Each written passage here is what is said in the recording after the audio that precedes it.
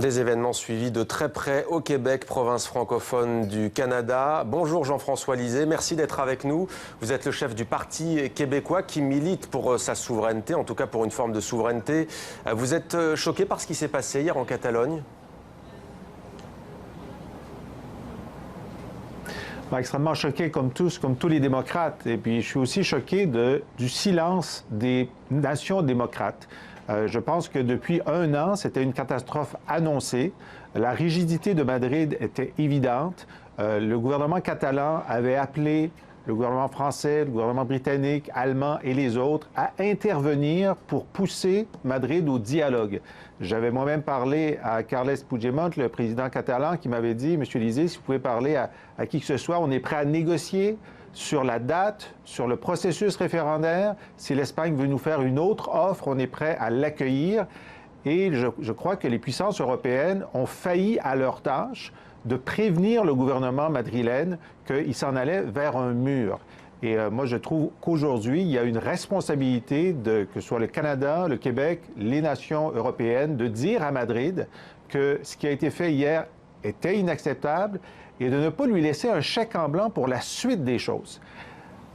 Le Premier ministre québécois Philippe Couillard propose son aide à l'Espagne pour sortir de cette crise politique. Vous adhérez avec le Premier ministre québécois ? Je crois que la meilleure proposition qui a été faite, c'est celle des Catalans de demander une médiation internationale. Ils ont demandé une médiation à l'Union européenne. Ça devrait déjà être fait. Si l'Union européenne considère que ce n'est pas son rôle de faire une médiation entre un gouvernement d'un État membre qui a utilisé la force brutale contre ses citoyens, à quoi sert l'Union européenne? Si l'Union européenne ne veut pas le faire, que l'ONU le fasse, mais nous ne pouvons pas faire confiance au gouvernement de Madrid pour la suite des choses. Il n'est pas digne de confiance. Il vient de le démontrer hier. Il est dans le déni. Il affirme qu'il n'y a pas eu de violence policière. Il affirme qu'il n'y a même pas eu de référendum. Alors donc, moi, j'en appelle aux dirigeants européens, aux dirigeants internationaux, de dire la seule façon de s'en sortir, c'est d'imposer à Madrid une médiation internationale. Sinon, les épisodes suivants pourraient être sanglants. Jean-François Lisée, vous, les souverainistes, vous avez perdu 2 référendums, 1980-1995. C'était beaucoup plus serré, c'est vrai, en 1995. Que demandez-vous au juste le Parti québécois? Est-ce une souveraineté pleine et entière ou ce que vous appelez parfois une souveraineté association avec le gouvernement fédéral canadien? Nous sommes des indépendantistes et évidemment, nous n'avons pas eu à subir ce que nos amis catalans ont eu à subir hier. Nous pensons que la meilleure façon de procéder dans des cas comme ceux-là, c'est l'ONU qui l'a fait dans un certain nombre de pays et nos amis anglais et écossais qui ont, pour le référendum écossais, fait une entente sur le processus, la question, le respect de la réponse. C'est comme ça que des nations démocrates au 21e siècle procèdent lorsqu'il y a l'autodétermination des peuples. Alors, c'est ce que nous demandons aussi au Canada.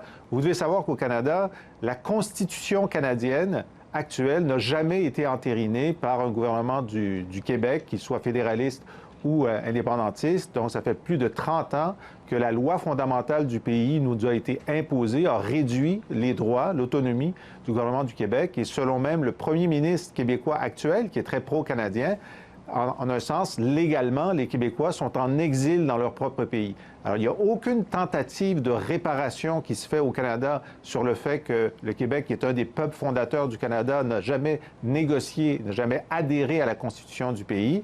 Le premier ministre du Québec l'a redemandé récemment et le premier ministre du Canada lui a dit qu'il n'en était pas question. Donc, il n'y a aucune volonté de réparation de l'exclusion du Québec de sa loi fondamentale. C'est un des enjeux qui reste très saillant.